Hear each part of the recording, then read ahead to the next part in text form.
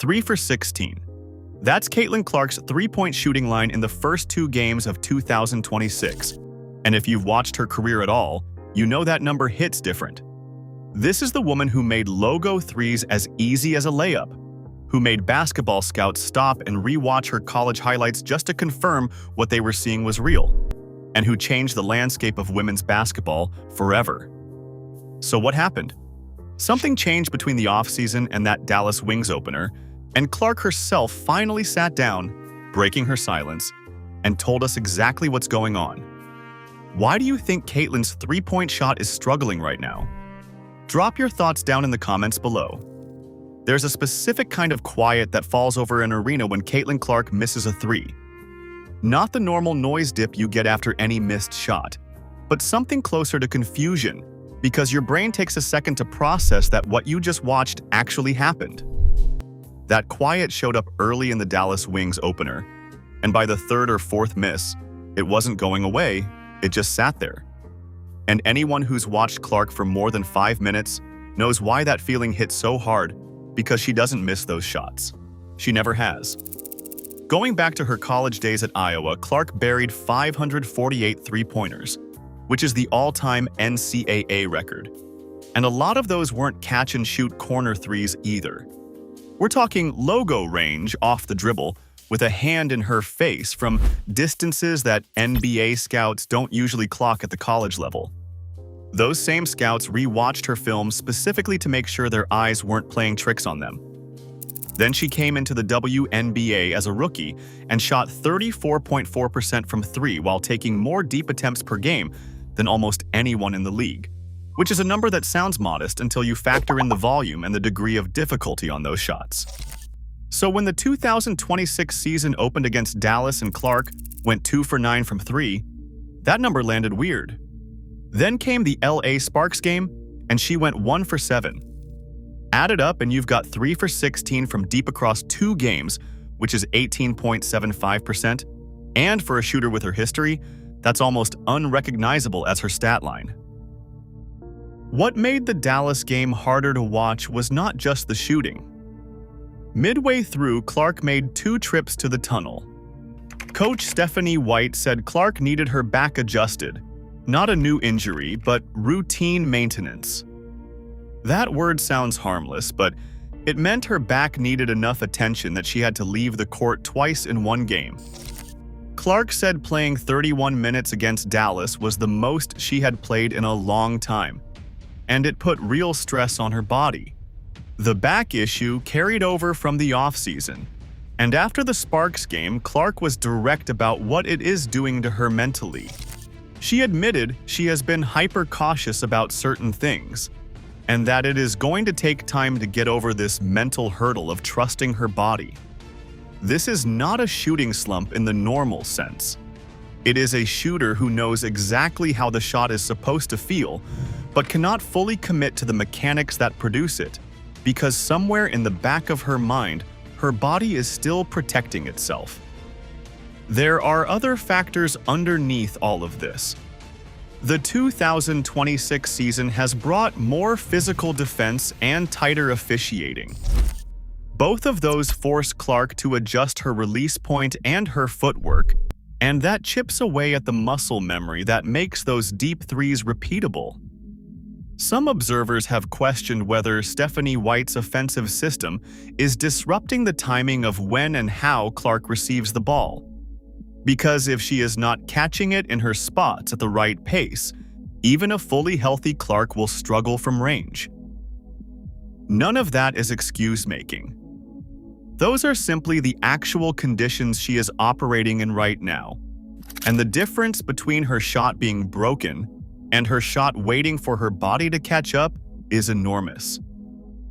What makes it harder is that Clark can feel the shot.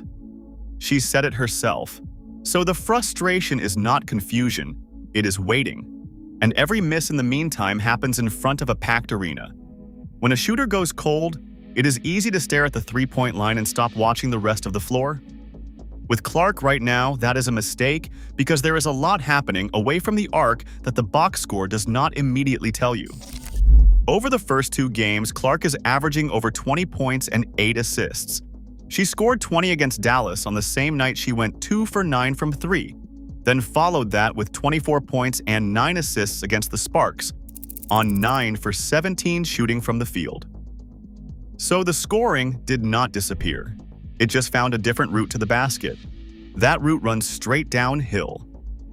Clark has been attacking the paint, drawing fouls, finishing at the rim, and the number that really changes how you watch her right now is her 2-point field goal percentage, which has been above 80% across both games, putting her among the league leaders.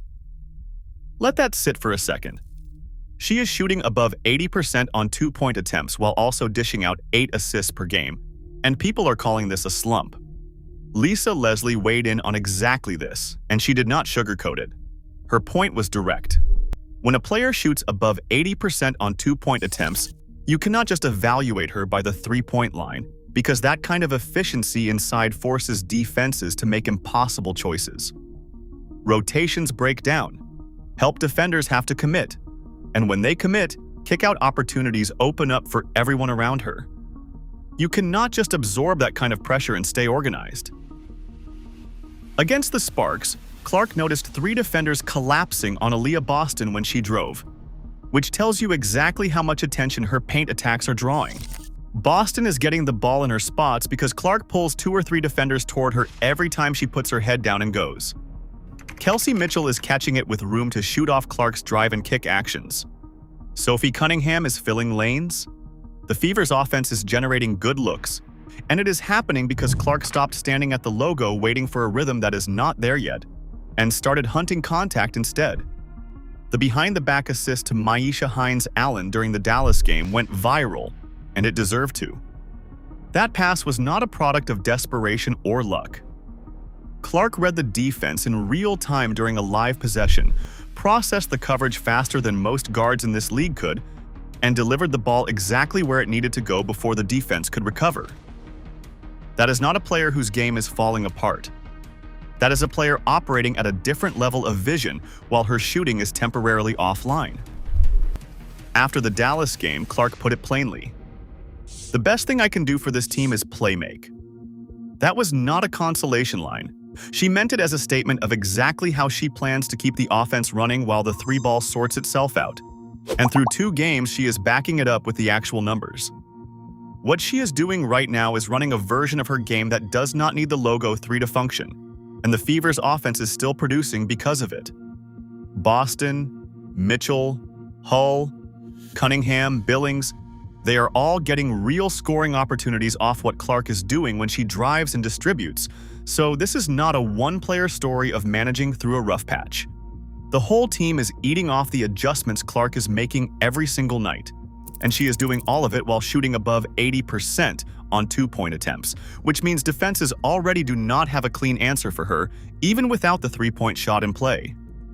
After the Sparks game, Clark sat down with reporters and did not dance around any of it. No deflection, no "we just need to keep working," none of that. She went straight at the back issue, called it a mental hurdle as much as a physical one, and admitted that trusting her body again is not something she can decide to do overnight. It happens through repetition, through reps, through time, and she knows that. Then she reframed the whole conversation when she said that her shot feels great and that she feels like it is right there. Sit with that for a second, because that is not a player who thinks her mechanics are broken or that her form fell apart somewhere between the offseason and opening night. That is a player who can feel the shot sitting right where it is supposed to be, who knows exactly what it should feel like when it leaves her hand, and who is watching the ball not go in anyway. That is one of the stranger experiences a shooter can have, and honestly one of the more frustrating ones, because the problem is not confusion. She knows where the shot is. She is just waiting for her body to fully get out of its own way. Clark was clear that she's not sitting around waiting for the 3-point shot to return before she tries to affect games. She talked about getting her feet in the paint, attacking downhill, drawing fouls, finishing at the rim, and then reading whatever the defense gives her from there. Against the Sparks, she noticed 3 defenders collapsing on Boston every time Boston rolled to the basket. So Clark started hunting the shake-up passes, the spray-outs to open shooters on the weak side, and letting the offense flow from the pressure her drives created, rather than standing at the logo and forcing shots that weren't there. She also pointed out that her speed and burst feel different this year compared to last season, noticeably better, and getting downhill is coming easier now. That is not a small thing. When Clark can threaten the paint at that speed, defenses have to make a decision every single possession, and that decision either gives up a layup or opens a teammate for a clean look from 3. The irony is that the aggressiveness she is using to replace the three-point shot right now is exactly what is going to make the three-point shot more open when it does come back. The mental side is real, and Clark did not minimize it. Her nervous system went through something serious with the back, and every time she sets up for a deep 3, there is a layer of hesitation sitting underneath the mechanics that was not there before the injury. It is not fear exactly, it is her body still recalibrating, still figuring out what it can fully commit to, and that is not something confidence alone fixes. White and the Fever are treating it the same way, actively managing Clark's workload, keeping her out of situations that would stress the back unnecessarily, and being deliberate about the timeline, rather than pushing her to full throttle in Game 2 of the season. Clark's approach to all of this is straightforward. Keep attacking, keep making plays, and do not chase the three-point shot by forcing contested logo attempts before the rhythm is actually back. "I haven't let that bother my mind," she told reporters, adding that, "They're going to go down as long as we're taking the ones that we're supposed to." So she is not forcing it. She is trusting the process, trusting her preparation, and trusting that the shot finds her again rather than the other way around.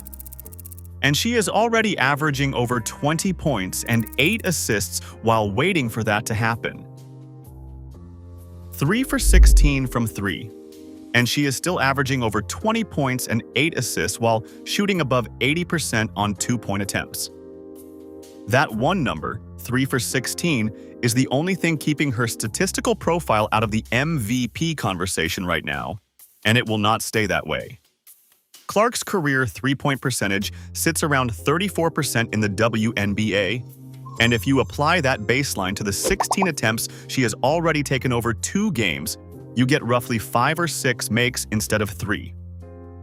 Run that math on her point totals, and the Fever's overall scoring output, and both numbers jump fast. She is already producing at a high level with a broken shooting line. So what does the stat sheet look like when even a fraction of those extra makes start dropping? Right now, defenses can afford to sag off her on the perimeter, and they are doing exactly that. The Sparks were clogging the paint all night, and Clark noticed it, pointing out after the game that 3 defenders were sitting on layup Boston every time Boston rolled. That is what happens when teams stop fearing the 3-ball. They pack the lane, they take away the drive, and they dare Clark to beat them from outside. The moment she starts converting from logo range at anything close to her normal rate, that entire defensive strategy falls apart because you cannot sag off a 34% three-point shooter and live with the results. And when defenders have to close out hard on Clark at the arc, those driving lanes she is already attacking so well get even wider. More blow-bys, more free throw attempts, more kickouts to Mitchell and Cunningham catching it in rhythm instead of scrambling to recover their footing. Boston gets cleaner catches on her rolls. Hull gets more time and space on the weak side. The Fever's offense is already functioning, but there is a ceiling it cannot push through while defenses treat Clark's perimeter game as optional to guard. Analysts who tracked every minute of these first 2 games are still projecting 2026 as Clark's MVP season, and part of the reason is exactly this. A player who posts 20 points and 8 assists while her best weapon is offline is showing something that one-dimensional scorers cannot. She is not surviving the slump, she is still winning possessions through it, and that tells you a lot about what the full version of her game does to a defense. White's system has taken some criticism for potentially throwing off Clark's three-point rhythm by changing when and how she receives the ball, but there is another way to read what White is doing. White has talked openly about wanting to expand Clark's game beyond just being the primary ball handler who brings it 94 feet every possession, pushing her to operate across more of the floor and even develop a post-up option given her size and touch around the basket. If the current structure is deliberately keeping Clark out of high-volume logo situations before her back is fully right, then the patience White is showing is not a problem. It is a plan. The back is the variable that everything runs through. If the Fever manage Clark's workload through the first month and get her to a place where she has stopped second-guessing her body on those deep shots, the second half of 2026 looks nothing like these first two games. Mitchell is already getting his shots, Boston is already operating in her spots, Hull and Cunningham are filling lanes, so the supporting cast is real and it is ready. Clark gets her three-point shot back to even 30 or 32%, and defenses around the league genuinely do not have a clean answer for what Indiana puts on the floor. 3 for 16 from 3, and she is still averaging over 20 points and 8 assists, shooting above 80% on two-point attempts and making behind-the-back passes that break the internet. The broken version of Caitlin Clark is still outperforming most guards in this league. She said after the Sparks game that her shot feels great and she feels like it is right there. She also said she has all the faith the Fever will be pushing in the playoffs. That is not wishful thinking. That is a player who knows exactly where her shot is. Why do you think Caitlin's three-point shot is struggling right now? Drop your thoughts down in the comments below. Don't forget to like and subscribe, and turn on all notifications so you don't miss out on all the WNBA news. Click the video on the screen, and we will see you in the next one.